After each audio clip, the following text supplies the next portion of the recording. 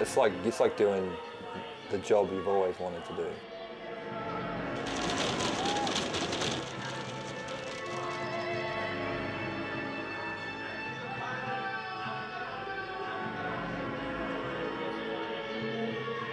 Your dream job is what you always thought, oh, I'd love to do this, or I'd love to do that.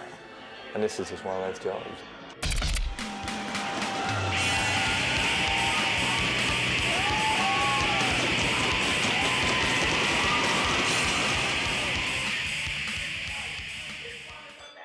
We were sitting around talking one night, and we turned on the TV and wrestling came on.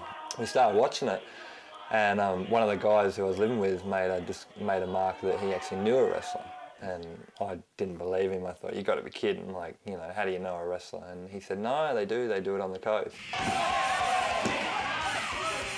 We got a couple of tickets to the show, and then we sat there and we watched it, and I really enjoyed it. Like, I thought, this is very entertaining. This is something that I would like, you know, maybe something I would want to have a go at. Yeah, I went backstage and I met a couple of guys, and I met the owner, and pretty much I just had a chat with him and said I was interested, and he said, look, come down Monday morning, see if you got what it takes.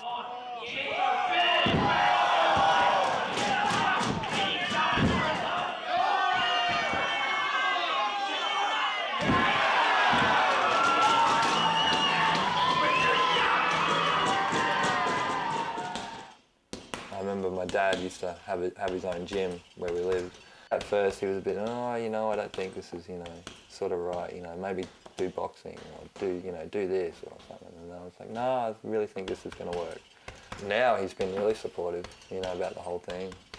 My mother doesn't really enjoy watching it all that much when you see your son's going out there and he's taking this and he's taking chair shots or whatever, and you know. But they come to the shows, you know, the look on their face, and you could just tell how proud they were and how supportive they were of the whole thing. People just think wrestling is, you know, two guys just going in there and beating the absolute hell out of each other. But there's a lot of thinking involved. Like, you've got to be one step of your opponent, one step ahead of them, you know. When you start off in this company, your main goal is to be the best, and your main goal is to be the heavyweight champion, and either you've got that desire or you don't. To go out there and have people either cheer you or boo you is probably one side of why I do it. Like, just the entertainment value that people get out of coming to a show. Like, I've always believed that if you can go out there and you can have a crowd boo you or cheer you, you've got them.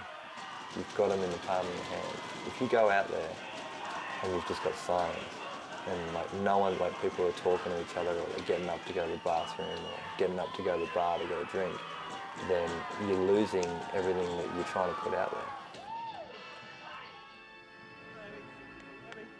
I've had to work harder, so doing more weights and that sort of thing. So my physically side, like my body has changed. Mentally, I think it's made me a better person. Like I said, there's a lot of thinking involved.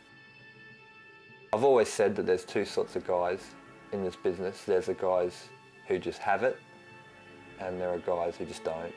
And the guys who have it is guys who can think on their feet. They don't go out there and get hurt. And then there's just other guys who just go out there who they are good at what they do, but when it comes to the thinking side of it, they just don't have it. You can have a lot of fun in here, but you can also have a lot of pain in here as well.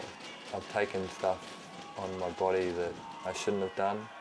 I've done a lot of matches that, you know, that I have not regretted, but I've wished maybe I hadn't sort of done it at that time. It's a big toll on your body. Like, you've got to say to yourself, is this worth everything that I'm doing?